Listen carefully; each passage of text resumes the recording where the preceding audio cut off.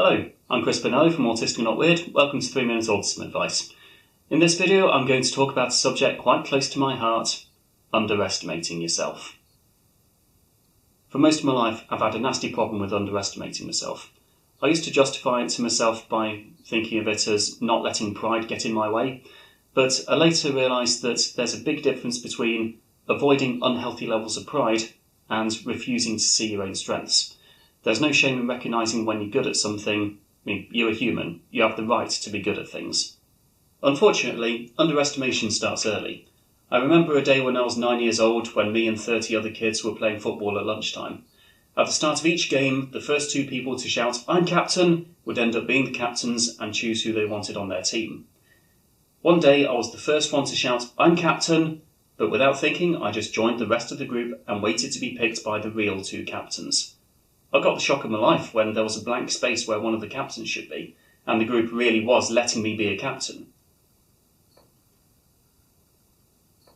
I'm well aware that this issue affects adults as well. There is no age limit on negative self-perceptions.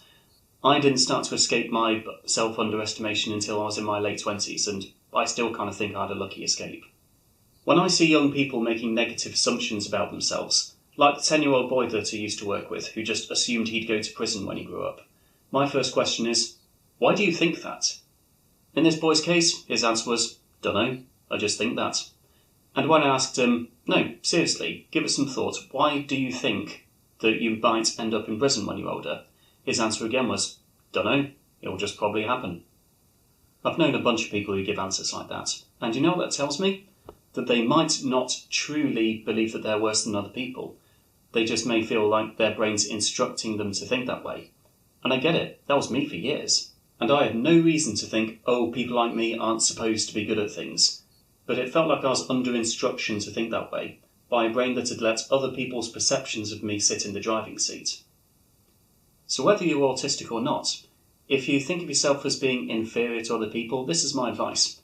Ask yourself this question: am I really, truly, actually not good at these things? Or am I just supposed to think it because of other people's opinions of me? I mean, everyone else gets to decide for themselves whether they're good at things, so why shouldn't you? And that's it for this video. With YouTube's recent changes, it's becoming progressively more difficult for channels like mine to get off the ground, so please do subscribe. And links to my Facebook, Twitter and Instagram communities are in the description below. I also do my autism advocacy as an actual job now, so if you want to support my work in exchange for rewards, feel free to check out my Patreon page. I'm Chris Bonello from Autistic Not Weird. Thanks for listening.